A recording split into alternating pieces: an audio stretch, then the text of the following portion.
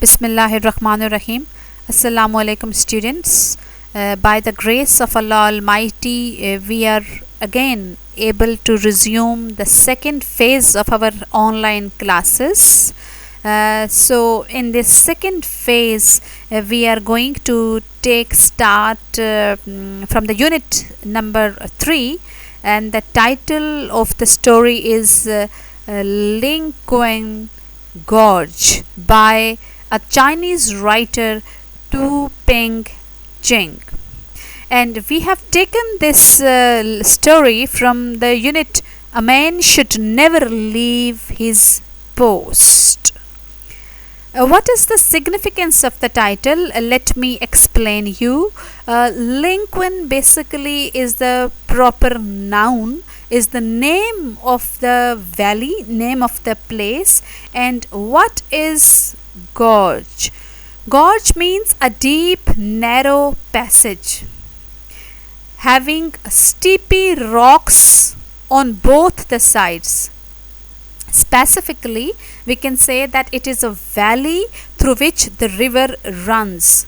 It means that the gorge is a deep passage or a deep path, a deep valley having steepy mountains on both the sides, and sometimes river also runs through such kind of place. So Lingkaun Gorge has a significant element or the significance is there of the place, and if we compare, what is the significance if we compare this valley with the life, that the kind of life that the Chinese writer has depicted, it means that this valley represents the life which is deep, not the bed of roses, the life which is cold, difficult and tough to lead there, to pass on there. So such is the such kind of place, such kind of valley where the man is supposed to live.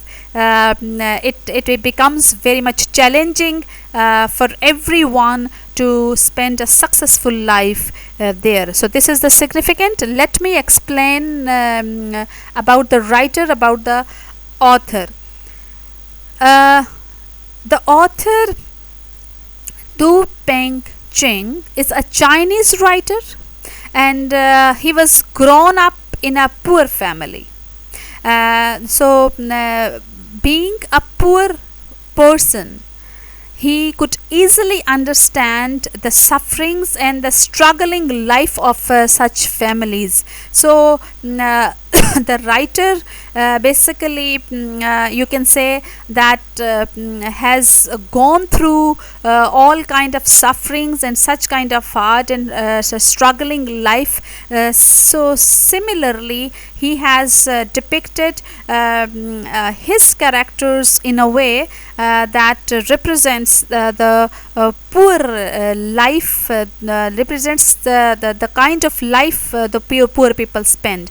The most important thing about the author is that he is famous for the technique that he always used to narrate his ideology, his thoughts, his approach through the depiction of the characters and their dialogues. This is one of the specific element regarding the writer that he got famous for. And similarly, we would find some characters here in the story that the characters are really very much hardworking. They are putting all of their efforts, and the way they express their thoughts and approach through their dialogues, it really represents that the man should the life is not the bed of roses, and the man should live a hard life, or the man should try to face all the challenges of life. So this is the technique that he has used. So one more thing is important to be discussed here, that is the characterization. As I have already told you that writer is famous for the presentation of the characters, the way he presents his characters. So let me explain you that the characters of the story are, there is the leading character or the leading role of a father, the father whose job is to drill the mountains. It means that he is working in the mountains, and the mother is a traffic controller. You know that to control the traffic specifically by a lady, it seems quite a different kind of job, but both father and mother are very much hardworking, and they are also having a son who is a boy named Cheng Yu, and he is a very much responsible child. You can observe his responsibility by his dialogues, and he is also having a sister named Ching. And the writer's job basically is that he is a chief of the material department, and he has to visit the place where in that the place that is Lingkaun Gorge. The writer has to go there, the writer has to reach there to observe that whether all the task that is going on there is properly being done or not. So these are the important characters, and we would be observing the dialogues of the characters, and through those dialogues we would be observing the kind of life they are spending. What is the message of the story that the writer wants to convey? The message is that through motivation, determination, and by being consistent in your life, and by putting hard work, by putting all the efforts, and by being responsible in every kind of duty and task that you are assigned, a man can make any impossible task into possible one.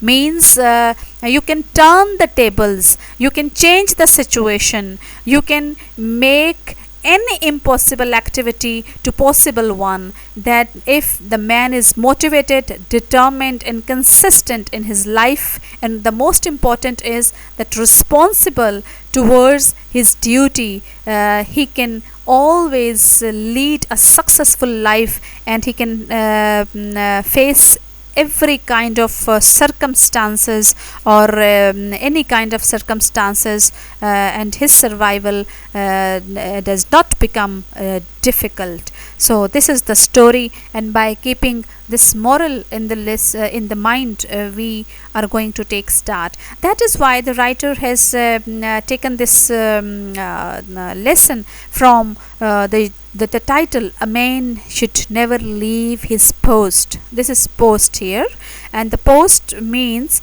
that the duty, that a man in every condition should not leave his duty. So moving ahead towards the first paragraph, let's begin the reading and explanation of the story. The snow already more than half a foot, the first paragraph, half a foot deep, obliterated. Underline the obliterated means destroyed the line between earth and the sky, behind a hazy vile curtain. I had been following the path of the future railway. Underline the word future railway. For 40 kilometers. Underline 40 kilometers for your MCQs. Although I could hear the roar of machinery, roar mean heavy sound, back in the hills, I had seen neither work sites nor workers. Here, neither nor are correlative conjunction. So let me explain the first paragraph. Bismillahirrahmanirrahim. Sorry students, due to a reason our video got stopped. So again we are starting it from 40 kilometers of the path that the writer has crossed. So what is the significance of the first paragraph? Basically the first paragraph it is you can say that the setting and the background of the story which depicts that hard, tough and unbearable conditions of cold and cruel weather that the writer has depicted. This condition represents that the life which the characters are leading is highly difficult, and this place is also very much difficult to live there. A common man or a layman cannot stay there longer without being bold and courageous. Though the writer, being the chief of the material department, he has to visit that place to check whether the task being done there is properly going on or not. But as the writer says that he has crossed 40 kilometers of the path towards the railway, future railway. It means that the task that the workers or the laborers that they were completing, that was to complete the railway path, and after being or after having completed 40 kilometers of the journey, the writer seems tired now.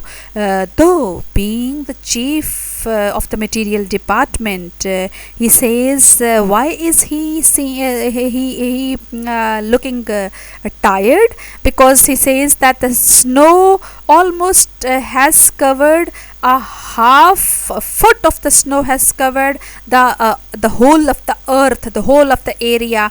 It seemed that it destroyed the earth, and some of the patches of the earth can be observed there, or can be seen there. All of the area is covered with the snow. So by the presentation of this cruel kind of weather, the writer wants to depict that the valley is a very much frightening kind of place, a tough kind of place, where his characters are leading a successful life, are leading an impressive life, and which the writer he himself feels it is difficult and unbearable to face this condition. So this is the setting and the background that the writer beautifully presented there, the condition there. So let's begin the second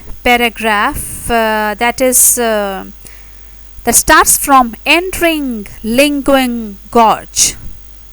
My irritation increased. This entering, let me explain you first of all. It is a present participle there.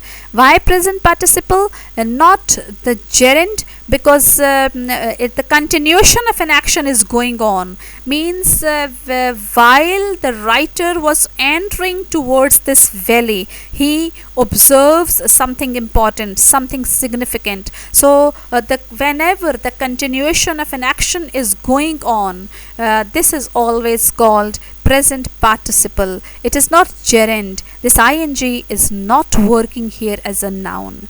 Got it? Then the writer says, even in clear weather, in this gorge, the sun never shone. It means that the weather always became very much cold there, and you can observe that whenever in such kind of weather, it would be very much hard to continue the task that you are doing. It didn't matter whether you look up along the twisting course The most you could see of the sky was a patch no bigger than the palm of your hand. Now it was dusk. Dusk mean evening time, and the swirling snowflakes and the gale made every step a struggle. Swirling, ing form, means moving. Snowflakes is a noun here. Swirling, it means that moving. Snowflakes mean the pieces of the snow. And the gale is kind of strong wind and like storm. And what does the writer says that the construction of the gorge in the gorge was very busy. Everywhere people were at work. Generators, cement mixers, and heavy kind of sounds can be heard. Electric wires crisscrossing like a giant spider web were scarcely means hardly visible, but I could see the overhead cables and back and forth loaded with materials. So, a beautiful paragraph again. What is the explanation of the passage? By presenting the beautiful images and simile that the writer has used, that electric wires, they were crisscrossing like a giant spider web. Like is used here, that shows that a simile is used. Means all the writer observes that there were so many electric wires and they were tied together in a way that it seemed that there is a huge spider web. And you can observe, you can imagine that it is a frightening and dreadful kind of view and a sight to observe there. And it also depicts that the people in such kind of weather, they were working harder, and there is also a roar of the construction can be heard by the writer. And though the writer seemed very much tired, and the writer feels that this is the evening time and the weather is very much cruel, and he does not expect in such kind of weather by the laborers, by those poor people, to continue working there. But that is really impressive. And why? Because the snowflakes are the moving snowflakes are they are can be seen there. And you know that it's very much dangerous to work in under such kind of conditions, and specifically in when such kind of narrow or steepy rocks and mountains are there, and between those mountains, if there is a very narrow path, and also there is a dusk time, evening time, can you observe that can a common man work there? I feel that for the common man it becomes impossible to continue their work there until being the person who is very bold, courageous, and determined. So or the heavy storm and wind is also blowing there. And again that is very much impressive. And this is the technique that the writer has used in his stories, that by the presentation of his characters and that the dialogues, you really get impressed that the kind of life they are spending is really remarkable. So this is the observation of the writer, that it is during that dark time, swirling snowflakes and the cold wind, it makes every step difficult for the writer as well. But in spite of the conditions, the writer wants, or he wants to move towards the destination that seems difficult. So this all situation makes the whole atmosphere more frightening and dreadful. Till now, girls, it is all about the Lingkaun Gorge, and after that, tomorrow, inshallah, we will be continuing the next passages, and by keeping this setting or this